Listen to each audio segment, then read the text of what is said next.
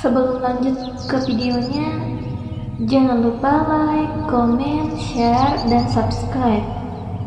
Jangan lupa juga untuk nyalain lonceng notifikasi agar tidak ketinggalan video terbaru dari saya. Bab 1. Awal. Apa kalian tahu kalau ada makhluk selain manusia yang hidup di dunia manusia? Keberadaannya bahkan tidak bisa dibedakan dengan seorang manusia. Saking miripnya, makhluk itu sudah ratusan tahun menyembunyikan identitas dan hidup layaknya seorang manusia. Coba tebak, apa kalian tahu makhluk yang aku maksud? Yah, benar sekali. Makhluk itu adalah vampir. Makhluk bengis penghisap darah yang memangsa kaum manusia. Selama ratusan tahun, mereka menyamar menjadi seorang manusia dan memangsa kaum manusia satu persatu. Dan bodohnya, para manusia itu sama sekali tidak peduli adanya makhluk seperti itu di dunia ini. Mitos. Mereka mengira kalau vampir adalah cerita mitos zaman dulu, dan itu cukup logis untuk pemikiran mereka di zaman modern ini. Persembunyian vampir di dunia manusia bukanlah kebetulan, melainkan mereka mencari hak mereka sebagai seorang vampir. Hak mereka adalah memangsa keturunan darah suci murni, darah yang menjadi rebutan di tiap bulan purnama merah. Saat bulan purnama merah, darah suci murni akan berbau menyengat dan membuat seorang vampir tidak sadar akan apa yang dia lakukan. Bahkan di bulan purnama merah, para kaum vampir saling bertarung dan merebutkan aroma dari darah suci murni.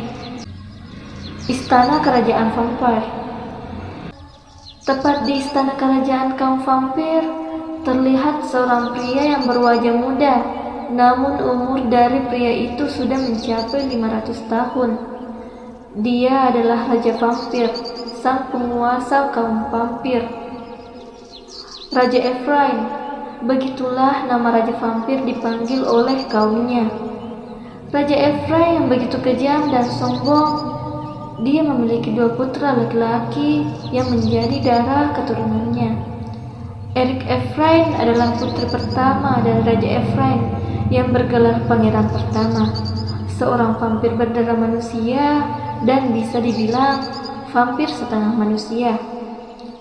Gelar pangeran kedua diberikan kepada putra kedua Raja Efrain, yaitu Richard Efrain, seorang vampir utuh yang mengikuti darah ayahnya. Richard tengah menatap Raja Efrain penuh dengan rasa kesal, sedangkan Erik berusaha untuk menenangkan adiknya yang telah terbawa emosi. Apa ayah tahu dengan apa yang barusan ayah katakan? Tanya Richard yang masih emosi. Apa kau ingin aku mengulangi perkataanku 2 kali?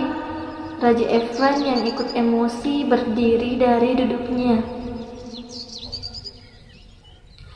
Mohon maaf kelancangan adik ayahanda. Erik langsung menunduk memohon agar Richard dimaafkan. Kakak seharusnya tidak memohon kepada ayah. Kali ini apa yang menjadi keputusan ayah sungguh tidak benar, dan aku tidak mungkin akan melakukan apa yang diperintahkan ayah, ucap Richard tegas.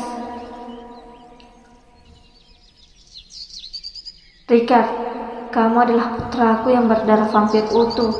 Hanya kamu yang bisa menyelesaikan misi ini. Aku tidak mungkin memberikan misi ini kepada kakakmu yang seorang vampir setengah manusia. Raja Efrain menceramahi Richard. Ayah boleh memberiku misi lain, tapi pergi ke dunia manusia bukanlah keputusan yang tepat bagiku. Aku tidak mungkin tinggal di sana dan menyamar menjadi seorang manusia. Aku tidak bisa harus menyembunyikan identitasku sebagai vampir dan harus memakan makanan manusia rendahan. Melihat makanan mereka, aku sangat jijik dan memilih untuk meminum darah yang penuh kelezatan untuk menambah kehausanku. Hentikan pikiran kekanakanmu itu, Ricard. Bentak Raja Efrain emosi dengan sigap mendekati Ricard dengan kekuatan lari yang hanya membutuhkan waktu sedetik dan langsung sampai di dekat Ricard. Jika kamu masih ingin menjadi Raja Vampir selanjutnya, maka laksanakan perintahku, ucap Raja Efrain memperingati Ricard. Ricard terdiam sejenak untuk berpikir. Keinginannya untuk menjadi Raja Vampir membuatnya menerima perintah dari ayahnya, yaitu pergi ke dunia manusia untuk mencari manusia berdarah keturunan darah suci murni. Bagaimana aku melakukannya? Sebelum ke sana, kau harus memberiku beberapa petunjuk, ucap Ricard dengan nada yang tidak ikhlas. Raja Efrain memunculkan bola yang ada di telapak tangannya. Ajaibnya, bola tersebut memperlihatkan wajah seorang wanita cantik yang ternyata adalah keturunan darah suci murni. Dialah keturunan darah suci murni, dan kau harus membuatnya jatuh cinta terlebih dahulu padamu. Dan setelah perasaannya terhadapmu telah mencapai 100%, maka kau bisa membawanya kemari untuk melakukan sebuah ritual. Raja Efrain menatap wanita yang terlihat di bola itu dengan senyum sinis di wajahnya. Ritual apa? Tanya Ricard penasaran. Kau akan tahu jika waktunya sudah tiba. Belum saatnya kau mengetahuinya, jawab Raja Efrain dengan nada yang cukup tegas. Ricard tahu betul kalau ayahnya telah menyembunyikan sesuatu kepadanya.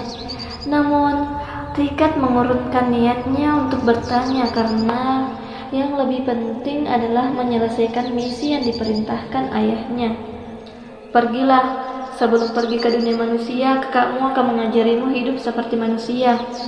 Jadilah anak yang patuh, kau tidak sendirian pergi ke dunia manusia. Aku memutuskan Claros ikut bersamamu, dan tentunya untuk memata-matai tingkah lakumu, ucap Raja Efrain dingin. Berarti kakak tidak menemaniku ke dunia manusia? Tanya Ricard mengernyitkan alis karena dia merasa tidak senang dengan apa yang dikatakan ayahnya.